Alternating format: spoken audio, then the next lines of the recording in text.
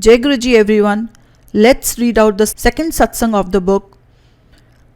And the satsang belongs to Aarti Auntie, daughter of R.P. Singla uncle. The heading goes, a girl grows up under Guruji. Gurur Brahma, Gurur Vishnu, Gurur Devo Maheshwara, Gurur Sakshat Par Brahma, Tasmai Shri Guruve Namaha. The Guru is Brahma, Vishnu and the Lord of the Lords. The Guru is the living God. I prostrate myself before the Guru. Aarti Auntie's faith in Guruji's kindness and his love for mankind had always been shaky, till she met him in flesh and blood in the form of Guruji. Explaining Guruji's grace in words is a Herculean task. Just as our prayers are answered by God, similarly Guruji's satsangs bless the speaker and the listener and lead to bliss. Aarti Auntie had heard that God gives us rewards and punishments according to our karma. She has seen Guruji burning ill deeds in the heat of his divine fire to give us a better and more comfortable life than we would have had if we had not come to his holy feet. The first time Aarti Auntie had Guruji's darshan, she was in class 11th. Though she had been born in Punjab, they lived in Noida and her acquaintance with the Punjabi was non-existent. Therefore she could not understand anything, be it shabads or Guruji's words. Even then, her answers to any query on her first experience invariably reflect how great she felt after that visit. This was followed by many fascinating experiences which helped ground her belief in Guruji. Here's another subtitle, My Master's Voice Speaks Through Me. On an annual day school function, Aarti Auntie was tasked with delivering the opening speech. She had been doing such things regularly, but this time the chief guest was the senior official. Her concluding lines had the gathering putting their hands together. She was deluged with compliments as soon as she came off the stage. Every teacher and student, with surprise on their faces, told her that it seemed as if she had transformed while delivering the speech. An even bigger compliment came when the chief guest address was found to be revolving around her speech. In fact, he reiterated her concluding words as his own conclusion. Everyone found it surprising, but she knew it was Guruji who had done it all. In fact, the moment she began her speech, she could sense an energy in her that enabled her to deliver the speech with great punch. Moreover, Guruji was with her in school a number of times, for often she could smell his rosy fragrance. Here's another subtitle, Helping Me Through Class 12th. When Aarti Auntie moved to class 12th, academic pressures mounted. One day while giving prasad, Guruji asked her about the subjects she had opted for. Aarti Auntie told him she was a commerce student and Guruji started asking her questions about economics. Guruji queried her on credit control. Though she knew the answers, she went blank in front of Guruji and could not answer. Guruji concluded the conversation by advising her to be serious about studies.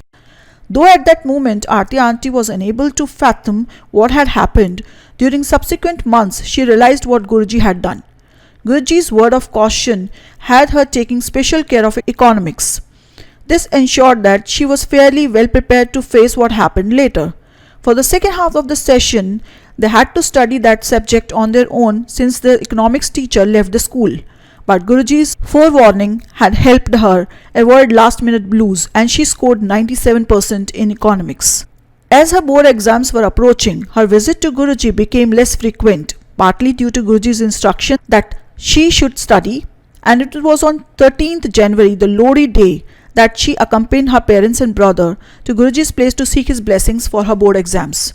This visit was expected to be the last before the completion of the exams.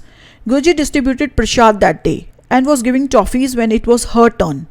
Though Guruji's instructions in general was that prasad is to be finished at Guruji's place only and the toffees are an exception. So she had a part of the prasad and kept a part for the consumption at the later date. She went to bow to Guruji for taking his leave. When Aarti Auntie was about to get up, Guruji took out a photograph and gave it to her.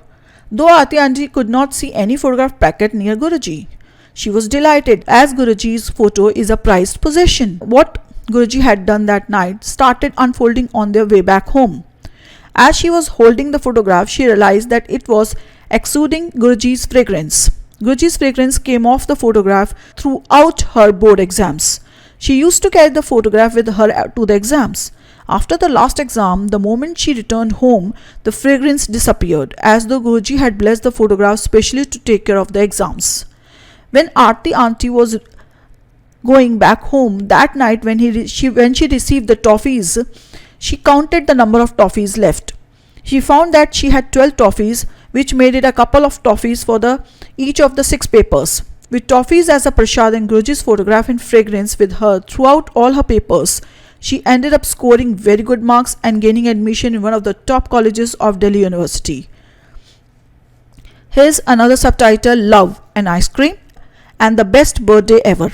Guruji, along with a few devotees, decided to go to a hotel in Gurgaon and asked Aarti auntie to join in. Very shortly, they were at the Bristol Hotel, and Aarti auntie was one hogging Guruji's special attention, as she was the youngest of the lot. Guruji walked briskly round the terrace of the hotel, settled down and ordered cold drinks for the Sangat. They had a great time, since the cold drinks were accompanied by the snacks and followed by ice cream. On their way back, while everyone was getting into their respective vehicles, Guruji specially inquired about Aarti auntie whereabouts, and saw to it that she was comfortably placed with someone for a drop back at his place. When all the Sangat reached Guruji's place, Guruji asked Aarti auntie how the experience was. It had been absolutely wonderful. Guruji also asked her whether or not she had ice cream. She had not, since she had a sore throat, and she told him so.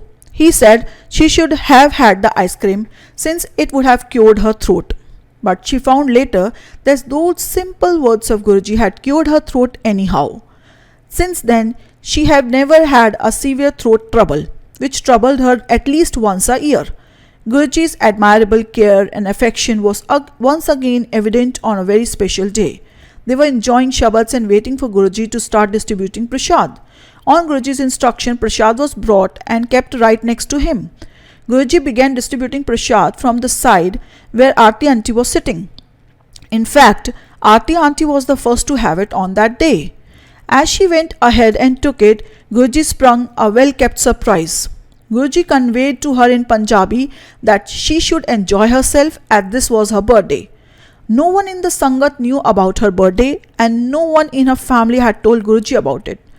This was her best birthday ever. Thank you for listening. Jai Guruji, Shukrana Guruji, love you Guruji.